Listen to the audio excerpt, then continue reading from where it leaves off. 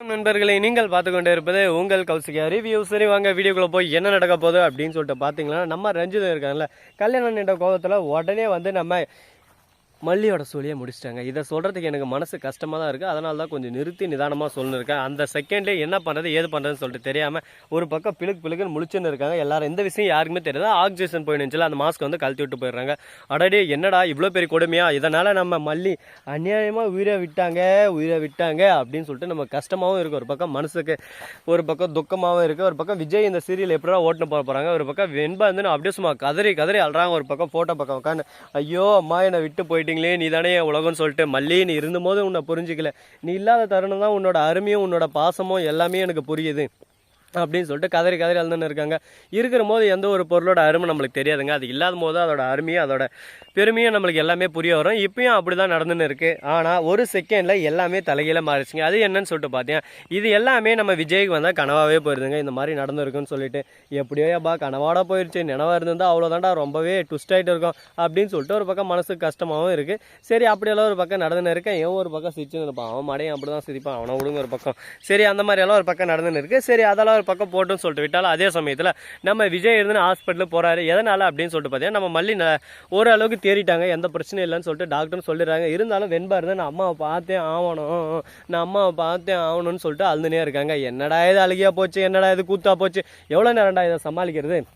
நாமளும் போராடி முக்கி திணறி இப்போ தான் வெளியே வந்து நின்று இருக்கோம். இவங்க இந்த மாதிரி நம்மளை பண்ணுறாங்களேன்னு சொல்லிட்டு ஒரு பக்கம் கஷ்டமாக தான் இருக்குது. சரி எவ்வளோவா பார்த்தாச்சு வாழ்க்கையில், இதுக்கு மேலே பார்க்கறதுக்கு என்ன இருக்குது, எல்லாத்தையும் அடிச்சு தூள் கிளப்பிட்டு போயிட்டே இருக்கலாம் நம்ம ரூட்டில் அப்படின்னு சொல்லிட்டு ஒரு பூஸ்ட் எனர்ஜி ஏற்றிக்கின்னு போனாலும் எங்கே எதனா ஒரு பிரச்சனை, எதனா ஒரு தடங்கள் எதனா ஒன்று வந்துனே இருக்குங்க வாழ்க்கையில் முன்னேறலாம்னு சொல்லிட்டு பார்த்தீங்கன்னா லொக்கேஷனை மாத்திரம் சொல்லியிருந்தேன். ஆனால் லொக்கேஷனை மாற்ற முடியலைங்க. ஏன்னு சொல்லிட்டு பார்த்தீங்கன்னா ஒரு சில காரணத்தினால எங்கேயும் போகல. அதனால் இந்த லொக்கேஷனில் தான் வீடியோ போடுறேன். அதனால் யாரும் ஃபீல் பண்ண வேணாம். கூடிய சீக்கிரம் லொக்கேஷனை மாற்றினா உங்களுக்கு ஓன் வீடியோ அப்படியே சும்மா டக்குன்னு வந்துனே இருக்கும்.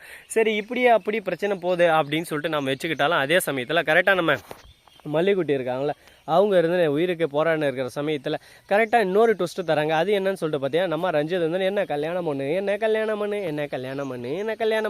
அப்படின்னு சொல்லிட்டு கேட்டுனே இருக்காங்க.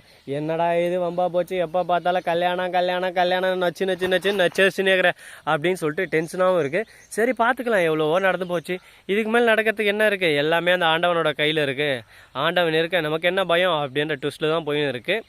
சரி எவ்வளோ விட்டுருச்சு, இதுவும் அப்படியே விட்டு தள்ளிட்டு போவோம். என்ன பண்ணுறது சொல்லுங்கள் பார்க்கலாம்.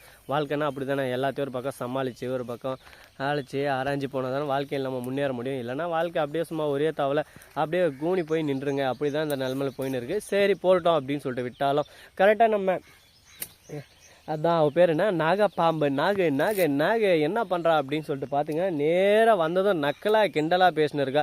இப்போ தான் உங்களுக்கு கண்டு தெரிஞ்சா, இப்போ தான் வந்துட்டு இருக்கிறீங்க, செத்தட்டால உயிரோடு இருக்கலாம் பார்க்க வந்தீங்களா, அப்படி அப்படின்னு சொல்லிட்டு நொய்யுன்னு நொச்சரிக்க ஆரம்பிச்சிட்டா. இதை பார்த்து எனக்கு மண்டை சூடாகுது அப்படின்னு சொல்லிட்டு டென்ஷன் ஆகுது. ஸோ நண்பர்களே, இந்த வீடியோ பிடிச்சிருந்தா லைக் பண்ணுங்கள், கமெண்ட் பண்ணுங்கள், ஷேர் பண்ணுங்கள், டிண்டிங் பெல்லை தட்டி விட்டு போங்க. அப்போ தான் நான் போகிற அடுத்தடுத்த வீடியோ உங்களுக்கு உடனுக்குடன் நோட்டிஃபிகேஷனில் வந்து கொண்டே இருக்கும். மிக்க நன்றி, தேங்க்ஸ் ஃபார் வாட்சிங், டாடா, see you, நன்றி, வணக்கம்.